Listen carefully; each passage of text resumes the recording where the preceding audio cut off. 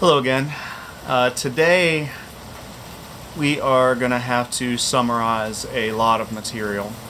We have to cover a lot of things, and to make this possible, I'm not really going to be able to go very deeply into it. I titled this lesson Structuralism, Post-structuralism, Writing Culture. In a normal semester and setting, I would probably want to dedicate at least a class to each of those different ideas, but for our purposes we're just going to summarize them. The point of this class really is to cover the bridge that goes from the classic social, cultural anthropologies of the majority of the 20th century that we talked a little bit about last time, through another significant set of changes that took place in the late 20th century into sociocultural anthropology as it is practiced today. To start with that, we do need to cover one more major anthropological ism that came out of the mid-20th century to join functionalism, structural functionalism, and so forth, and it's called structuralism. People today will look back on the 20th century and they'll say that there were three major schools of anthropology that ultimately contribute to what anthropology is today. There was the cultural anthropology of North America, there was the social anthropology, functionalism and structural functionalism of the UK, and then there emerged the French school of structuralism. We associate American cultural anthropology with Boas. We associate British social anthropology largely with Malinowski and Radcliffe Brown. And we associate French structuralist anthropology with an anthropologist named Claude Lévi-Strauss. Claude Lévi-Strauss emerged in the mid-20th century, and he became one of the most influential anthropologists in the world. He was not a student of Boas, but he considered his work in some ways to continue the legacy of Boas. He felt this in a very strong and very personal kind of way, partially because when Lévi-Strauss was visiting Columbia University in 1942, Boas had a heart attack at dinner and literally died in the arms of Claude Lévi-Strauss. So Lévi-Strauss, he conducted his fieldwork in the Amazon, and much like Malinowski, Lévi-Strauss became a refugee very much like Malinowski became a refugee from the UK during World War I. Lévi-Strauss became a refugee due to his Jewish ancestry from France in the 1930s after Nazi Germany occupied France. We can't spend a lot of time on Lévi-Strauss's biography and his fieldwork, so I'm going to move on and just talk about his influential theoretical contribution to anthropology. So what is structuralism? While functionalism sees human social behavior as being driven very often primarily by biological need, and while structural functionalism sees human social behavior as being driven by the need to promote social solidarity and identity in social groups, structuralism views human social behavior as a projection of the brain psychological structure. Structuralists were very influenced by the study of language, particularly a linguist, Ferdinand de Saussure, who in the late 19th and early 20th century sort of in his study of linguistics set some of the foundations for structuralism. To make a long story short, de Saussure argued that human language is structured by a system of signifying things. The things that are signified are called signifieds. And basically our brains construct this really complex system of binaries through which we understand what something is through understanding what the thing is not. I do not expect you to be knowledgeable with structural linguistics.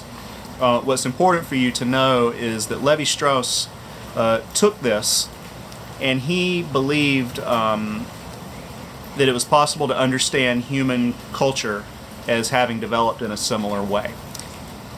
Basically, Levi-Strauss believed that humans organize the world around us in binary categories. A thing is either this or it is that. If it is not this, it is that.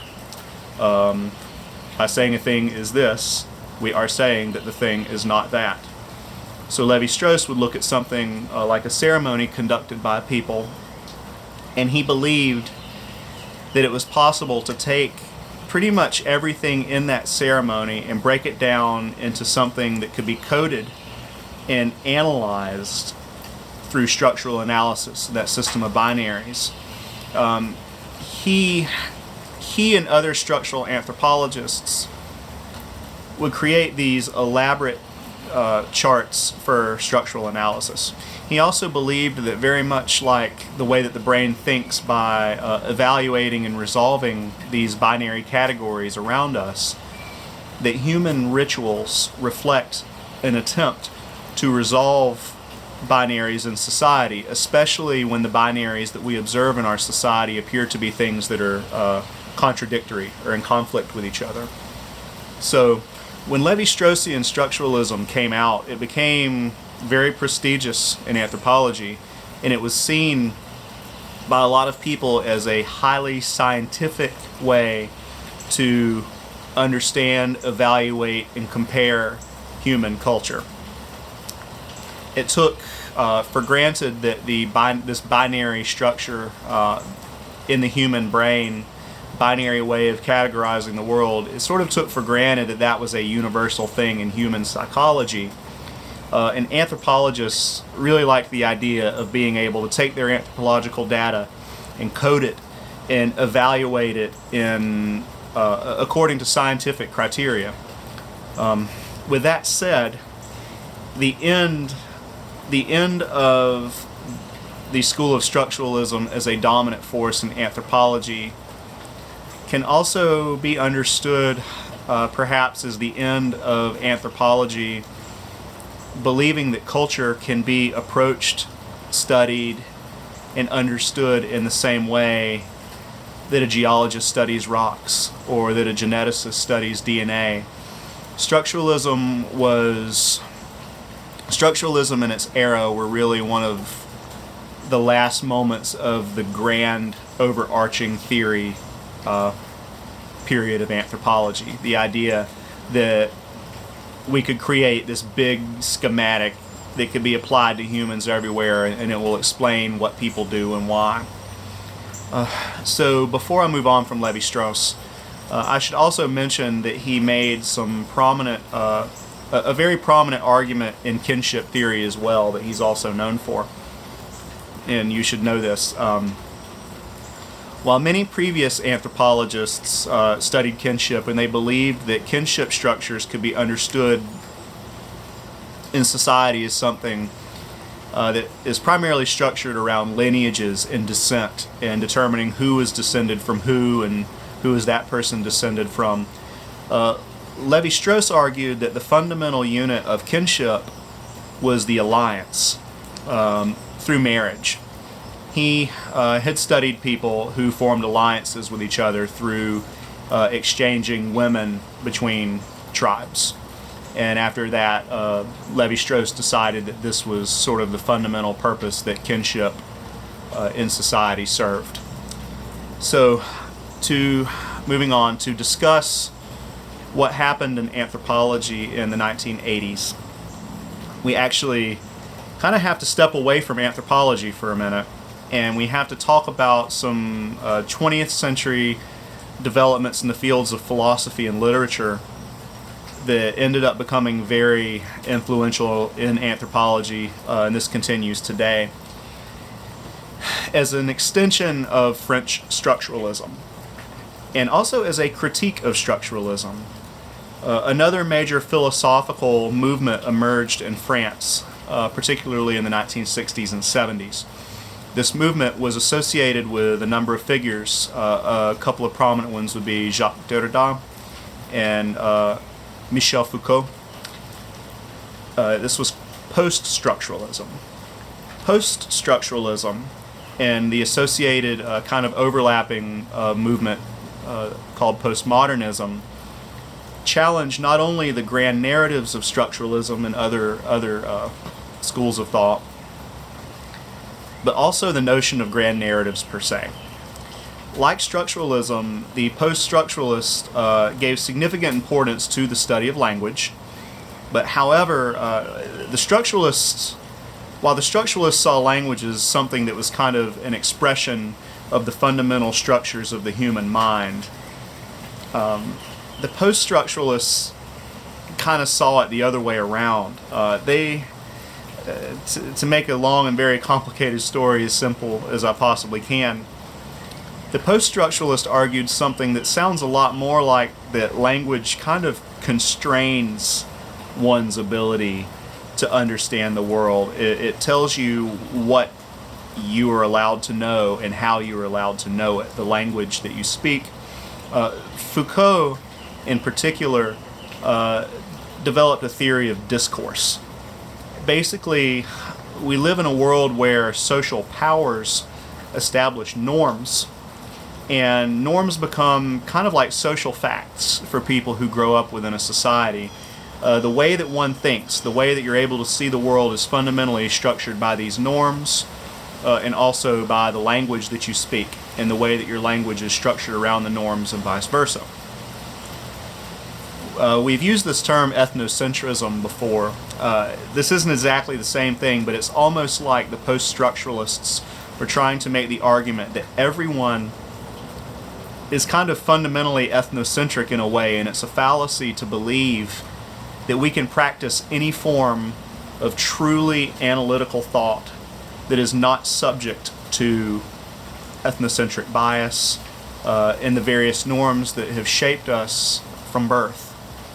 So in the 1980s, these ideas hit anthropology, and they hit anthropology very hard. It's not limited to just one book or one set of books, but we sometimes look back to this, we might call it the writing culture moment. There was a book, it was an edited volume, a book that was a collection of essays that came out in the 1980s that was called Writing Culture. The overarching argument that came out of this moment was that and this is speaking to anthropologists, with all of our claims to scientific objectivity, the ethnographies that we as anthropologists have been writing for decades and decades have in fact not been authentic records of the people that we study, but rather they were all projections of our own culture. Not only were these projections of Western culture, but they were projections of a Western culture that is fundamentally based on a colonial attitude towards the indigenous people who are being studied by anthropologists, including all of the biases that are endemic to Western civilization, like patriarchy and racism. Regardless of whatever the anthropologists' intentions were, and they could have been very good intentions, the work of anthropologists is fundamentally colonial, and it doesn't even produce reliable scientific data. That was kind of this argument that developed actually within anthropology in the 1980s. This writing culture moment was also occurring at a time when uncontacted indigenous people who had been the long-time object of research for anthropologists were becoming very, very rare.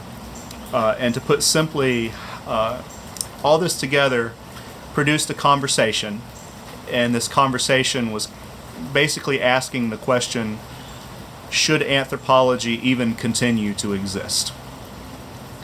So I didn't assign the original Writing Culture volume for you to read. Instead, I assigned a chapter from a more recent book that is also called Writing Culture that was published 30 years later. Many of the same anthropologists who were contributors to that original volume also contributed to this new one as well. The current volume was edited by Oren Starn, and I assigned the introduction that he wrote for that to you. I thought that in some ways that Starn's introduction to that volume might be a little bit more useful to you. I think the language is easy to understand, and it is actually written as a reflection on the writing culture moment and what that moment ended up meaning for anthropology and what that means to us as anthropologists today. So out of that moment, anthropology did continue existing. But since then, it's never really been the same. We anthropologists, to an extent, still put ourselves in the tradition of Boas and Malinowski, but the discipline that we practice is different in a lot of ways. We don't really identify in the same way with big schools of thought like functionalism and structuralism, at least not the way that we used to. We're more likely to identify with kind of subfields that focus on particular things. Next time we'll start to talk about that a little bit more. We'll start to talk about what anthropology is now and how it developed after that writing culture moment. That's pretty much it for this time. Talk to you soon.